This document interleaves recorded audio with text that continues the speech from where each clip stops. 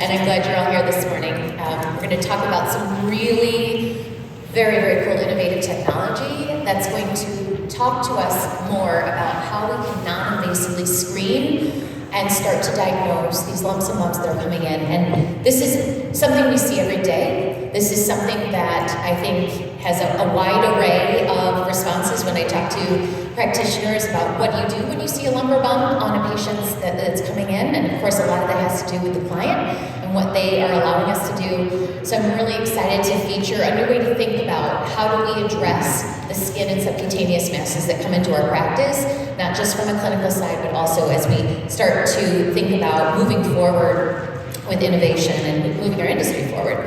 So a big thank you to HT Vista for sponsoring this presentation, and we're going to be talking more, again, about technology, combining screening and diagnostic capabilities. But I want to start with a place we're all very familiar, and whether you like Vicious or not, I know they're a polarizing breed, I tend to love them, and this is one of my favorites, Bodhi. Bodhi belongs to a really amazing client. Dad is a pilot, travels all the time, and the only thing he loves to come home to is this space. They run together, they play ball together. Bodhi typically is just walking around with a tennis ball, and the only time he doesn't have the tennis ball, of course, is when he's sleeping. That's a beach love for you. But Dad and I, and I'm sure many of your clients have a good relationship where they might text or email you and say, hey, you know, Bodhi was laying here the other day and he sent me this picture and he's like, what's that? Do you guys get these questions? Yeah, like all the time. Probably way too much. It's usually from a family member who doesn't want the answer, but whatever. But we get these and we say, okay, this is a common scenario, we get this email, what do I tell Dad? So, what is your first thought here, right? We're looking at this mass. Yell it out. Mass up, okay? Could be sebaceous adenoma, could be skin tag, could be some other type of skin neoplasia. Maybe it's just an aberrant nipple. I don't know, right? I'm looking through my chart, I'm like, oh my God, I don't know if I ever noticed this before. Maybe I didn't document it. So this is a dad who wants to know. Bodhi's dad is I need to know, I need to have action, I don't have a lot of time. What do I do in this scenario? So what's your next step? If Bodhi is in your hospital or at home and Dad says, I'll bring him in, what's the next step? The thing is, you know, as practitioners, there's a wide array of what we say in these situations. Some of us are going to go right to a fine needle aspirin. Any of you there? Yeah, reasonable, right? Some of us are going to say, hey, Bodhi's dad just wants this taken care of. I'm going to just go right to surgical removal. Are there some bold people in here that would do that? I mean, I see some of you. That's cool too. But there's a lot of practitioners that are going to say, you know what, let's just watch and monitor. And maybe the client is going to say, I prefer to watch and monitor. To be fair, right, whatever we're recommending, we need a client on board with us. And we're the medical advocates in the exam room, and we want to have a shared decision-making conversation with those clients. But for me, as a veterinarian, and when I owned my hospital, we had 65 people working towards creating that ultimate client experience where we can give pet parents answers and peace of mind. It's hard for me over that picture to say, hey, that is a link. And pet parents today want to know. So I want us to talk about cancer by the numbers because I think it's important for us to realize just the scope of what this means in veterinary medicine today. So, how many of you are dog owners in here? How many of you are dog parents? Me too. 1 in 4 of our dogs is going to get cancer. I know that's like a Debbie Downer way to start this morning, but it's reality. And I want us to be aware of that because that's, again, our pet parent population. 1 in 4 dogs that you're going to see during a day are going to develop cancer at some stage in their life. So that hits me hard. I think that is a very weighted stat. And again, not to take it down a dark path, but another startling statistic that is very important for us to recognize as a profession, that 47%, nearly half of our dogs over the age of 10, will succumb to cancer as the leading cause of death. Now, some of these, you know, again, are because we don't have effective treatment options yet. There's a lot of work being done in oncology space, and that's great. Some of it is because there's inability to proceed with treatment. Maybe there's no oncologist around, maybe the owner has a financial limitation, maybe they have a moral change and they don't want to treat. But some of this, and this is what we're focusing on today, is due to lack of an accurate or early diagnosis of this disease. What does that translate to you in your practice? That means 500 of your canine patients a year are going to die from cancer. It's a lot, right? It's a lot. So we need some good news. We need good news. And the good news is that most of our dermal and subcutaneous masses are benign. Most of them. And about a third of all tumors in dogs are skin tumors.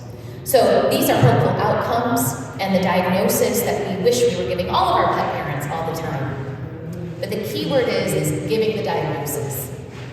Not having a wait and see, not having we'll just watch it, not having a not sure, but it doesn't look worrisome.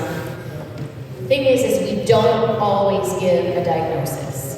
And 50%, half of our dermal and subcutaneous masses go undiagnosed. And that could be because of the cost and invasiveness of traditional tests. Again, that could be because of lack of education of what that means to a client. And also, we don't have, until now, non-invasive options to screen these. So when a practice can offer a non-invasive cancer screening tool, it's a very timely way for us to look at these masses, promote an early diagnosis, get a faster, again, informed decision from that client so that we can have early intervention.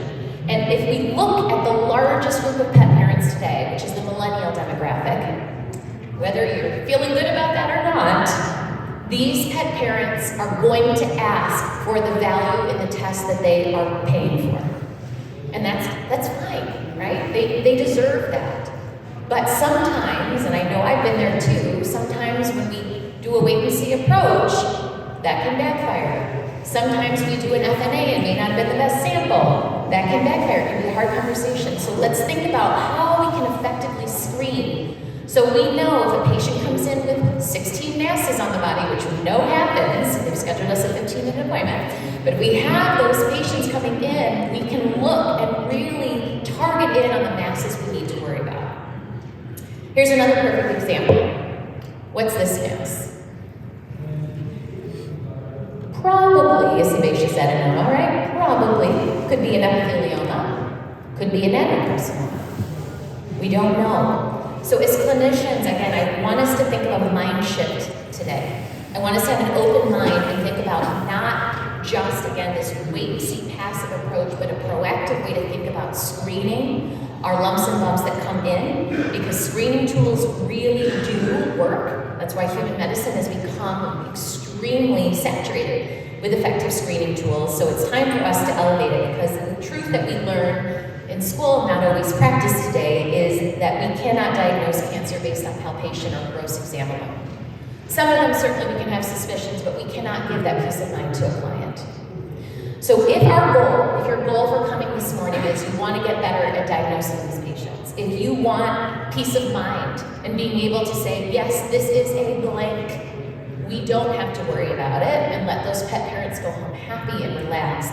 If you want something that helps guide more of your surgical strategy for some of these patients, if you want financial efficiency, if you want to be able to give that really tailored kind of journey so that you have personalized diagnostic plans for your patients and giving them that long-term quality and quantity of life, non-invasive screening can definitely help. So until now, we really haven't had an option, but I want to talk a little bit more from the beginning on what this screening tool looks like, giving them, again, that best chance of effective therapy.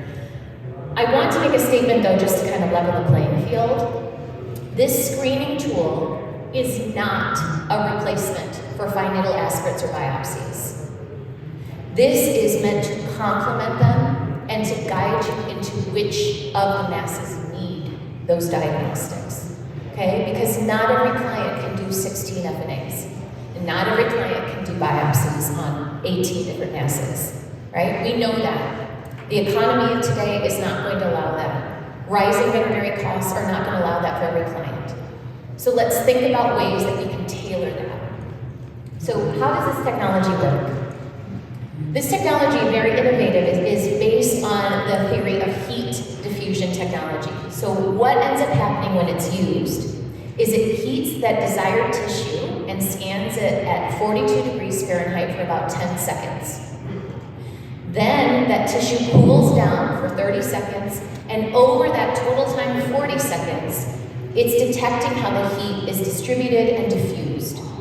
So an abnormal growth, we know, has a distinct heat diffusion pattern that is different in comparative to benign ones. So when this is detected by this technology, it flags masses that require further investigation.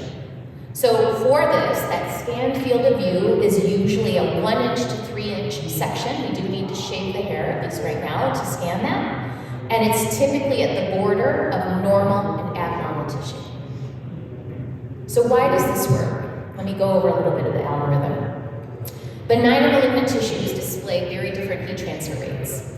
And this is due to the difference in the tissue composition, metabolism, the tissue morphology, and even the vascular network of these masses. So just to put this more in a visual form, here's the algorithm for a tumor that turned out to be mast cell on cytology. If you look at the graph on your right, you'll see that the line for the mass is in orange, and the healthy skin is in blue. So when that mass in the upper left was scanned, and you'll see this beautiful thermal image below, this is behind the scenes. You don't see this during the scan, but this is what's happening. This is what the technology is doing. The thermal image showed that the tumor was warmer than the surrounding tissue at the beginning. You see the orange is peeking over the blue. And then as it cools down faster than the healthier tissue. Okay? So this is what it's going to look like when we actively see the scan. Oh my goodness. Here we go. So we're scanning that tissue, the mass there on the left, heating up for the 10 seconds and then allowing it to cool. And we see a change in the diffusion pattern. We're starting to see on the left, you see these large circles, these are sweat glands, and we're starting to see that mast cells have a disproportionate number of those, which is helpful again in training the algorithm. Here's the opposite scan, and this is what happens when we scan something representative of a lipoma, right, a benign mass. This again, the mass at the top left is being scanned, and then we can see on the graph on the right that our mass is in orange, so being heated up, and that the tumor, again, in this case is the lipoma, was slower than the normal tissue. So, again, behind the scenes, a little bit different scan here, as we look at the heat diffusion. You'll see this looks very different from that mast cell, doesn't it? And again, AI, being able to train this technology to read this, allows us to have non-invasive screening. So what this training, this model has allowed us to do with this technology is create what I'm calling a cancer risk continuum. So looking when we get these screening and diagnostic results, if we start to see the lower cancer bucket risk, of course, which includes lipomas, benign epithelial tumors, and then sebaceous adenoma that we just looked at, it's on the left in blue, and the algorithm shows less than 10% cancer risk after that heat diffusion scan. On the opposite side, in red, and you'll see that's obviously a much smaller group, this is the higher risk category for cancer. This is where mast cell tumors live. And this indicates a greater than 50% risk of malignancy. This signals the need for investigation, finding LASPR and/or biopsy surgical removal or any of the other diagnostics involved. In between is that yellow moderate cancer risk. And this is where we probably will need a little bit more discussion with our pet parents, because this represents a greater than 10 but less than 50% malignancy risk. This is where we have to have honest conversations with our clients. And for some clients, a greater than 10% risk is way too much for them, right? And they want to investigate, and it's warranted. For some clients, that's okay. I'm okay with that risk. Everybody has a different risk tolerance, but until now, we've never been able to guide them into these categories of risk. It's just been black or white. And people like this because, again, this is what a dashboard would look like when we have a low cancer risk. Remember those in blue. In this screening, you can see that the cancer risk value is 1%. The original creation of this technology was just giving basically a number of this risk category, the risk, right? right? So percentage. But now we actually have some diagnostic capability, and you see there in the upper right that this actually said the diagnostic finding is lipoma. So this is a mass. Do we need to do a fine needle aspirate? We don't. Do we need to do surgical removal? Well, unless this is a 20-pound lipoma that's not allowing this patient to move, right? We don't need to do that. This is, again, financially also guiding this pet parent into putting the resources of these additional diagnostics where it's really needed. On the flip side, this is what your dashboard would look like in that high cancer risk category. So again, you see in this screening, 75% cancer risk. You can show the client. This is also, again, where we have the diagnostic capability of mast cell tumor. So we can show the client, hey, I just screened this. This is where we are. This needs to come off, right? This is concerning. And hopefully we've caught this at an earlier stage where we can have a less aggressive surgery or certainly not worry as much about metastasis. And then in between category, with this scan, we're at 35%. We don't have a diagnostic finding. This is that honest conversation with the client. Some people might be okay monitoring this. A lot of clients won't be. But at least you have some reason to investigate further. The diagnostic capabilities, like I mentioned, also support surgical planning. So this is Holden's nose. Love dachshund noses. He's 12 and a half, male neutered. Again, a dad that's incredibly in love with his dog. And this is, I don't know if you can see that, it's not showing up super well with the bright lights. But you can see there's about a 1.5 to 2 centimeter red elevated mass on this dog's muzzle. Now this is a dad who says, I don't care what this is. This could be completely benign. I want it off my dog's face. He's a model. We get that. Whether it's benign or malignant, there's some clients. Some pet parents are going to choose that route no matter what you tell them. But if we are screening this mass, and this goes all the way up into our high cancer risk, or we get a diagnosis of mast cell tumor, can I do a punch biopsy under local with this dog? No. I need margins. So sometimes this is going to help us in those patients where the parents are like, I'm going to take it off anyway. But maybe if this is a benign mass they want off, we could do some safe sedation, do a local, and punch it off. If this is a mast cell tumor or high risk, we can't, and we need full anesthesia, we need to do some surgical planning. So I like that this gives us, again, more guidance into where we're headed with treatment and really give them data behind it. Okay, I'm going to take a quick pause here. I want you guys to be very vulnerable and honest with me. How many of you are thinking this is too good to be true? Okay, I get that. Thank you. Thank you for your honesty. It's a judgment-free zone here, I promise you. I want to dig into the data, because we are scientists, right? We need to understand, why does this work? Has anything been done to prove that this works? Because I want you to feel comfortable if you're going to start delving into new technology. How do we assess diagnostics? And when you're bringing technology in, right, how do I teach my associates and how do I teach my clients what's happening here? Now, nobody likes stats. It's obviously why we practice and we're not statisticians. But I think it's critical to understand what they mean when we evaluate diagnostic tests. So, when this started in the pilot study, there were 69 masses that were evaluated for screening, and the training at that time, the sensitivity was 90%, negative predictive value of 95%. As we've trained more and more and gone through 1,600 masses now, we've been able to increase that sensitivity and specificity at 90% and the negative predictive value at 98%. Okay, what the heck is negative predictive value? I want to make sure we're all, just for the next few minutes, very comfortable in what this means, because I'm sure you're shaking your head and sort of thinking back to epidemiology class in vet school. These are important terms to get straight.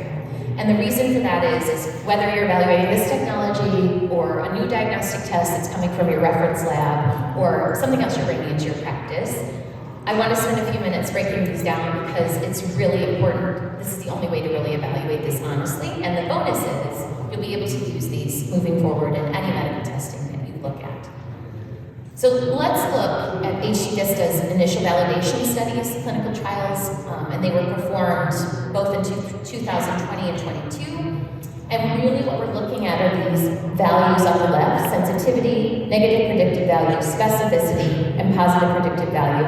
And this is from a paper in Frontiers, and I'm happy to send that to you afterwards as well if you'd like to read a little bit more in detail. But what we're looking for, and I'm going to kind of deconstruct these 4 values, is let's start with sensitivity. What does that mean, and how do we apply that in practice?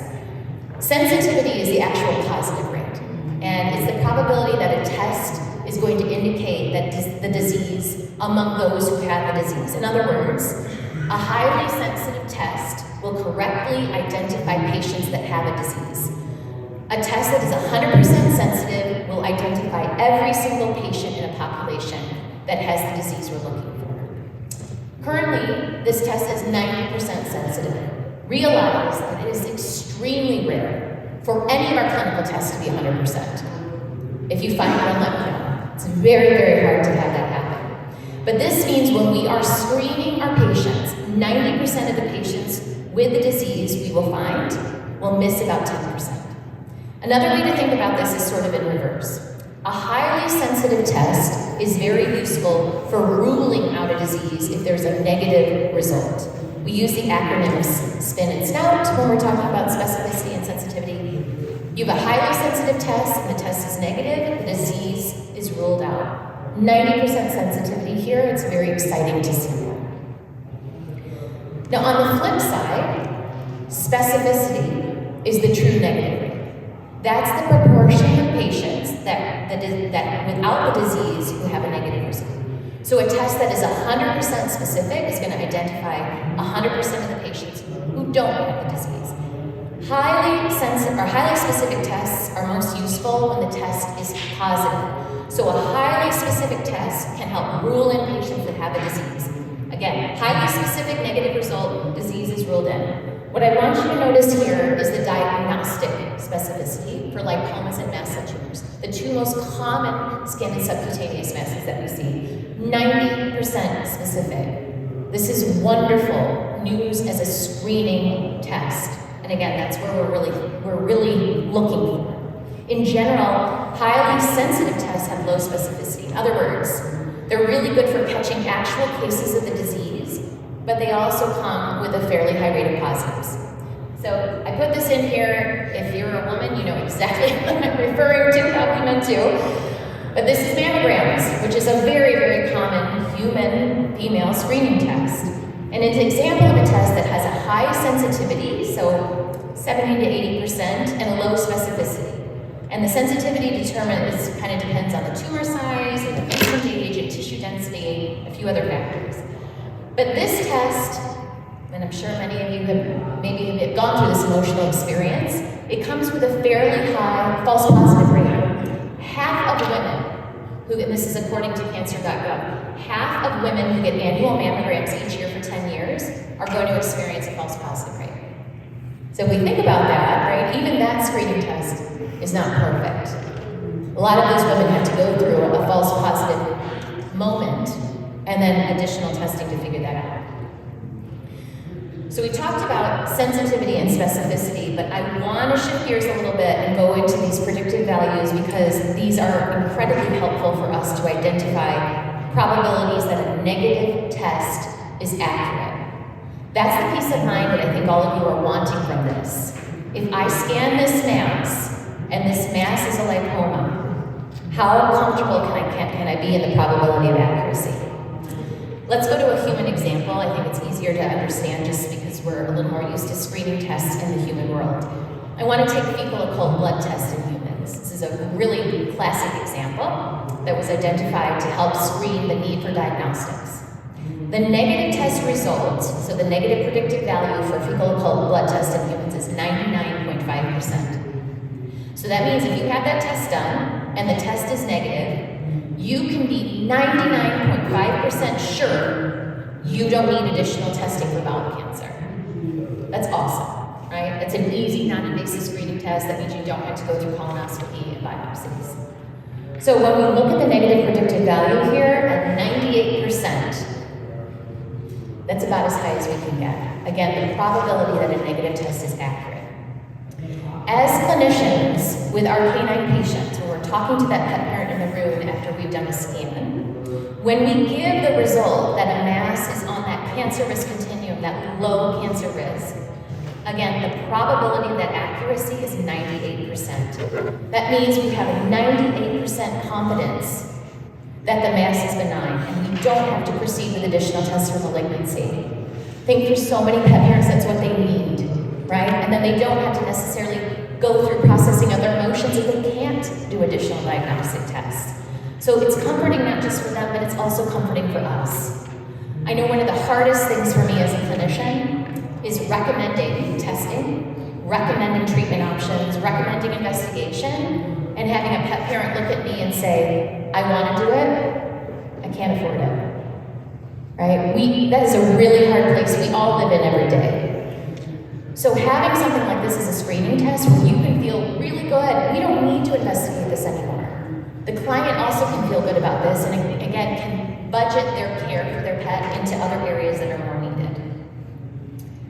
Just real quick, we're almost done. Positive predictive value, again, looking at this is the probability that a patient who tests positive actually has the disease.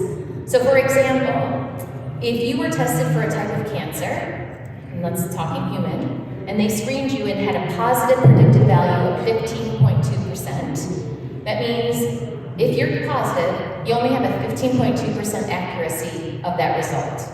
In other words, a positive test does not always mean you have a particular disease. For mammograms, this is really scary for all the women out here. Not trying to, again, go to the dark side, but I just want the reality of screening tests. For mammograms, a positive test may mean that your chances of having breast cancer, so the positive predictive value of mammograms, is 10%. That's it.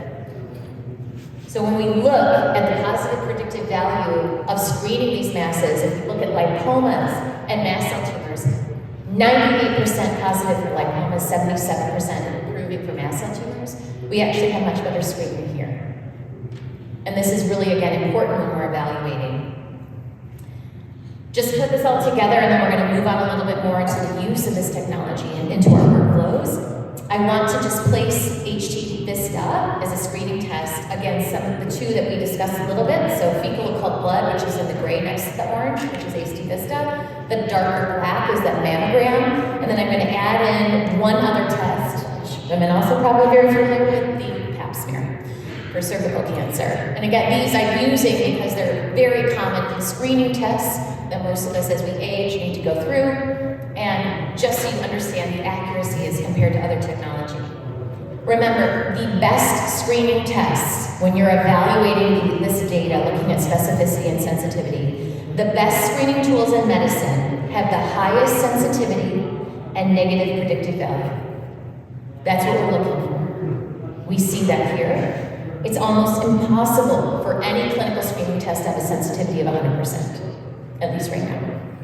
So HT Vista is very comparable when we look at that compared to the fecal occult blood test and mammography. It is much better than a pap smear and is even better confidence in the negative result than the fecal occult blood. So for the women in the room, maybe looking at this gives you a little more insight as to why pap smear recommendations have changed so much over the years.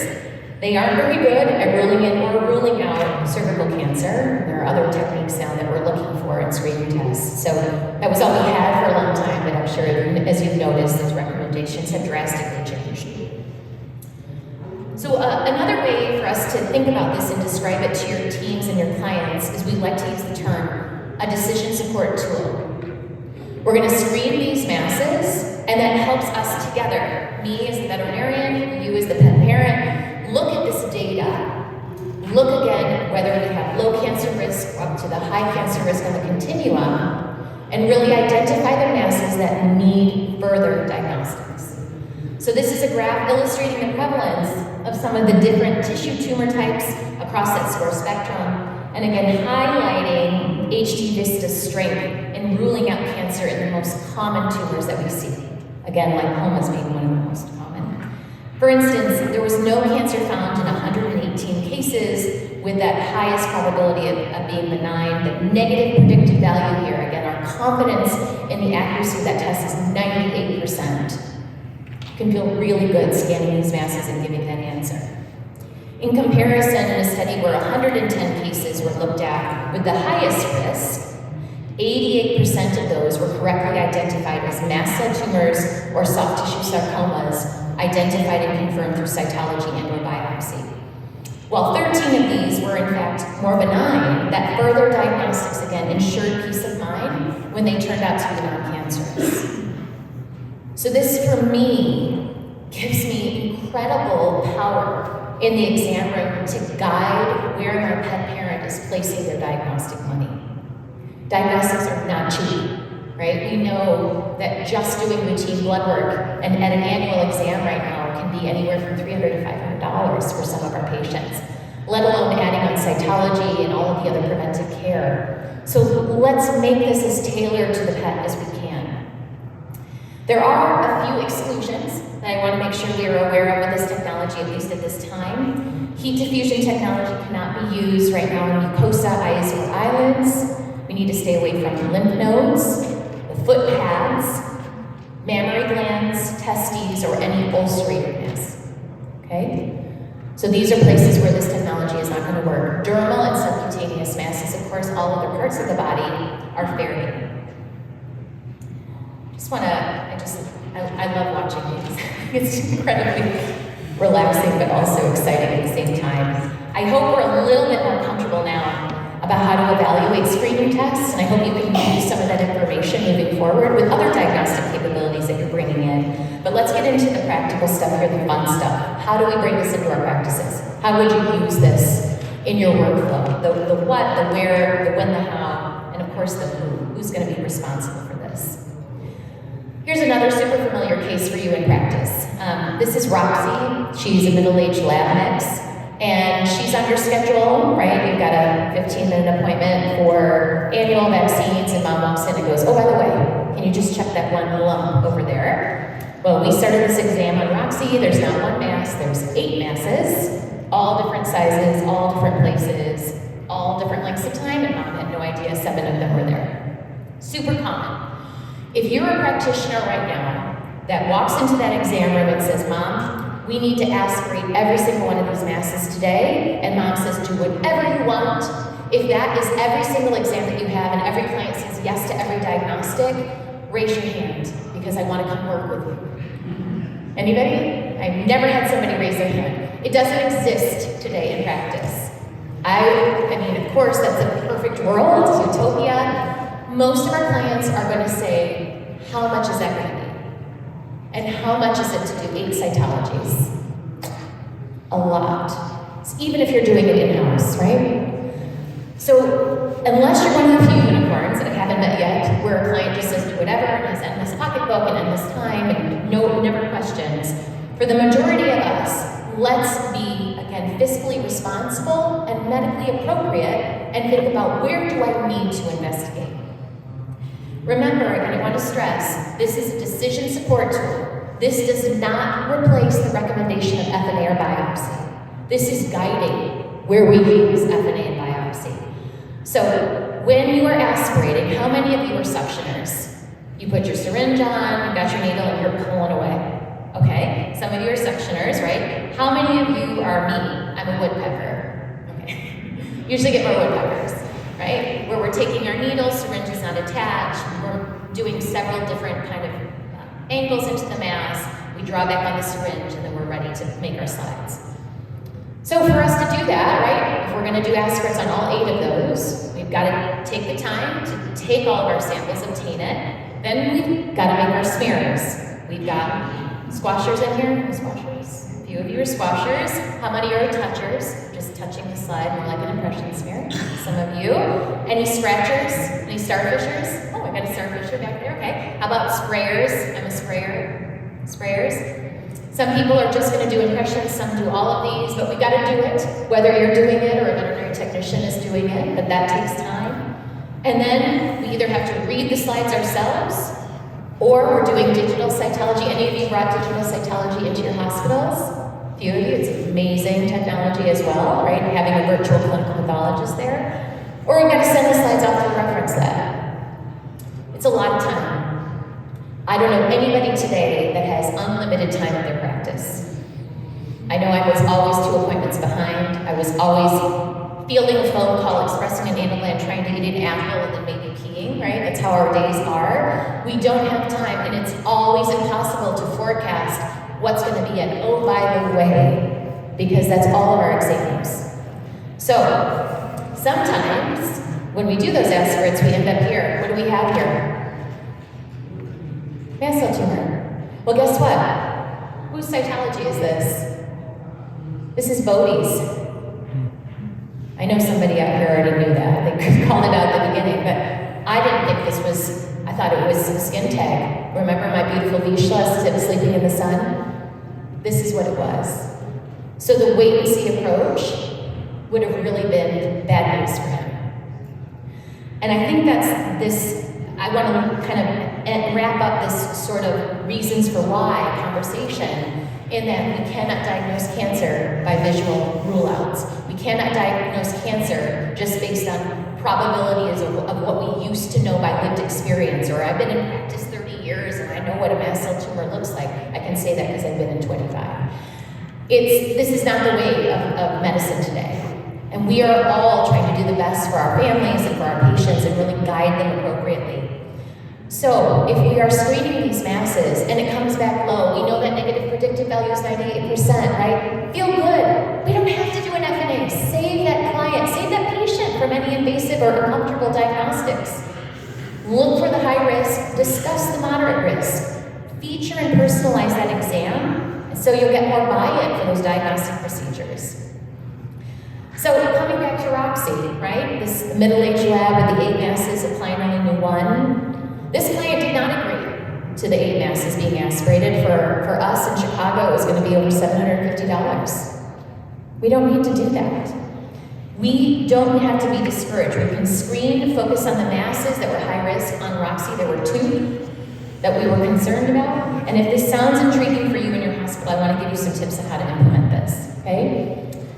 In a very changing world of exam room communication and accessibility and spectrum of care, you can present a screening option to pet parents that's going to take you only 4 minutes and set a price point significantly less than cytology. But it does involve your whole hospital, and I want to encourage you to get everybody engaged on this from the beginning. Because if you have a check-in, once your CSR team is scheduling an appointment, you can attach a quick blurb about this technology, either via text or email, have this on your website. One of the things I loved to do whenever we got new technology at our practice is creating an e-blast. Using everybody as a third-party service for communication with pet parents now, or your PIMs, being able to introduce that you brought this technology to the practice, and a lot of that will drive just desire from pet parents who want to understand and improve, again, their pet parents' quality, or the pet patient's quality of life.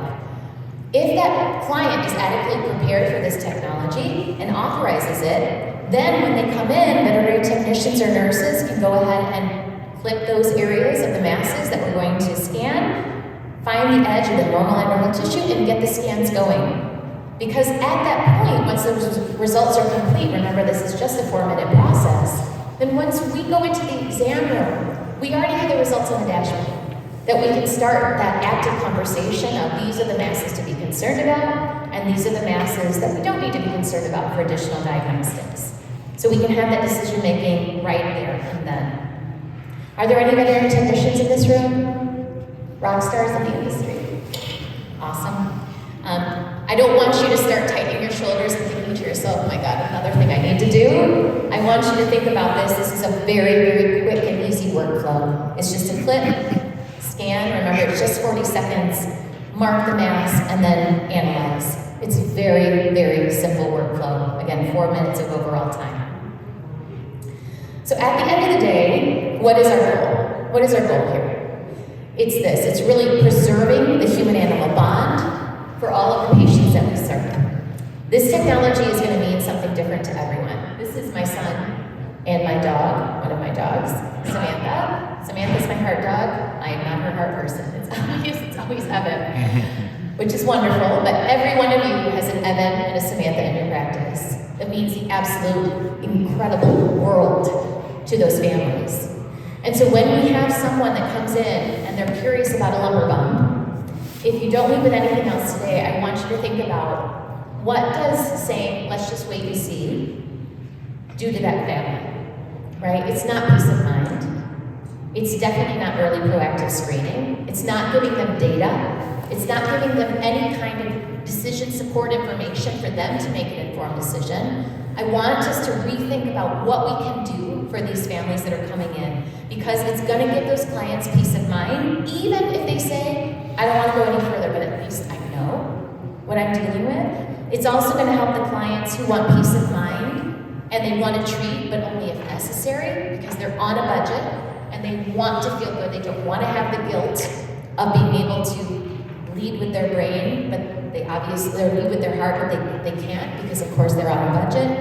And a client that really wants to remove masses but wants options because they want the least invasive route. They want the least painful. We don't have to go under full anesthesia with that inherent risk.